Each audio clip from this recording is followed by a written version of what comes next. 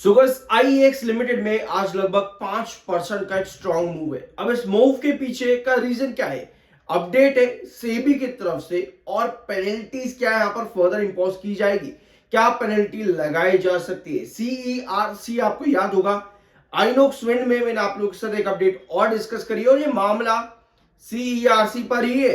Yes, आईओक्स में आज 5% का इंक्रीज है और अपडेट जो आपकी है ये अपडेट आती है मार्केट कपलिंग केस को लेकर के, जहां पर सीईआरसी ने कुछ नॉर्म्स इंपोज किए जिसके बाद आईएक्स लिमिटेड में बड़ी गिरावट देखने को मिली। 27% तक की गिरावट एक ही महीने में खा गया था स्टॉक, उसके बाद 17% एक साल के अंदर। बट स्टिल अभी भी अगर आप देखोगे पिछले 5 सालों में स्टॉक 102% के रिटर्न्स पर खड़ा है। लेकिन जिन इन्वेस्टर्स ने इस पर टॉप पे इन्वेस्टमेंट किया होगा वो आईईएक्स के अंदर अभी उन पुरानी अपडेट्स के बाद में, जो कि आपकी सीईआरस की मार्केट कपलिंग ऑर्डर था, उस अपडेट के बाद से अभी भी डाउनफॉल के अंदर ही कहीं ना कहीं बने हुए हैं। ठीक है, तो ये मैटर हो चुका है पुराना, लेकिन जो पैसा कमाया गया यहां पर सीईआरसी ने इस अपडेट के बाद में, यानी कि मार्केट कपलिंग के अपडेट के बाद में जो पैसा कमाया, अब उस पर सेबी ने क्या करना शुरू किया है, उसको इन ऑर्डर लेना शुरू किया है। ठीक है, और सीईआरसी ने अभी एक अपडेट और जारी करी है, देख सकते हो, आईईएक्स मार्केट कपलिंग केस एप्टल यानी कि आपके एपेलेट ट्राइब्यूनल के अंदर जो है ये हियरिंग अब 6 जनवरी 2026 को रखी जाएगी। तो नेक्स्ट हियरिंग 6 जनवरी 2026 की है और 173 करोड़ रुपए कमाए हैं सीईआरसी के ऑफिशियल्स ने। ये स्टेटमेंट यहां पर है, सेबी भी इस मामले में अब देख रहा है। इनसाइडर ट्रेडिंग में इलीगली इन्होंने 173 करोड़ रुपए कमाए हैं सीईआरसी के ऑफिशियल्स ने। तो ये बड़ी अपडेट और ये बड़ा क्लेम है सीईआरसी के ऊपर। और आपको पता होगा सीईआरसी ने 26 नवंबर को एक और अपडेट जारी करी थी, जहां पर इन्होंने कहा था क्लीन एनर्जी में पावर रेगुलेटर को यहां पर defer stricter green power rules लेकर के आए जाएंगे। ठीक है, अगर आप चाहो तो इस अपडेट को यहां पर रीड कर सकते हो। आइनॉक्स विंड के वीडियो के अंदर पिछले ही हफ्ते मैंने आप लोगों के साथ ये पूरी अपडेट डिस्कस की है कि किस तरह से एक नैरो गैप यहां पर लाया जाएगा। पावर ट्रेडिंग, यहां पर पावर सप्लाइंग कंपनीज जो आपकी है, विंड एनर्जी और सोलर एनर्जी जो आपकी सप्लाइंग कंपनीज है जो ट्रेड करती हैं, उसके बीच में किस तरह से एक नैरो गैप लेकर के आया जाएगा। तो इस अपडेट को जरूर जाकर के चेकआउट करना। मैं आप लोगों के साथ पहले 2-3 वीडियोस के अंदर डिस्कस कर चुका हूं, आइनॉक्स विंड के अंदर भी और इरेडा में भी। तो अगर रिपीट होगा तो फिर रेगुलर व्यूअर्स के लिए वो चीज सही नहीं रहती।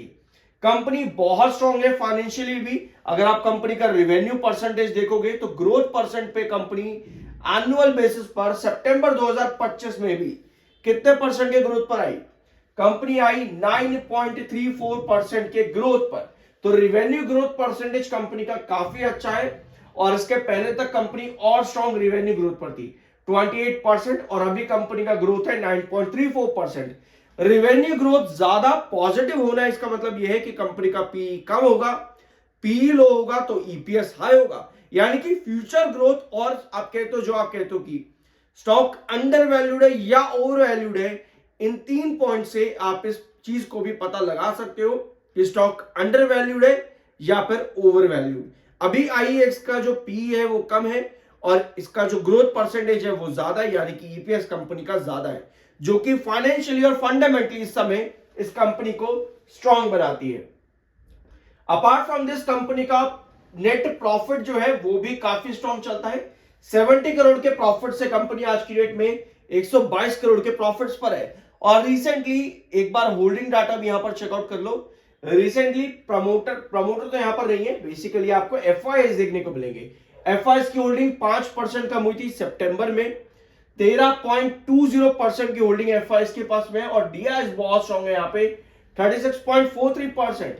पब्लिक भी 50% की होल्डिंग लेकर के बैठी है, but that doesn't make any negative change here because FIS और डीआईएस यहाँ पर काफी ज्यादा स्ट्रांग है।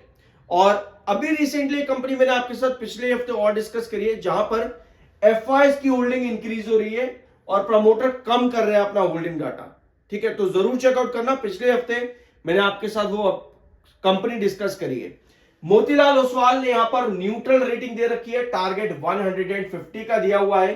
31 अक्टूबर को इनका टारगेट था और अब जाकर के ये टारगेट आज के सेशन में कहीं ना कहीं अचीव होता देखने को मिल रहा है। पर स्टेबिलिटी, सस्टेनेबिलिटी बनना बहुत ज्यादा जरूरी है।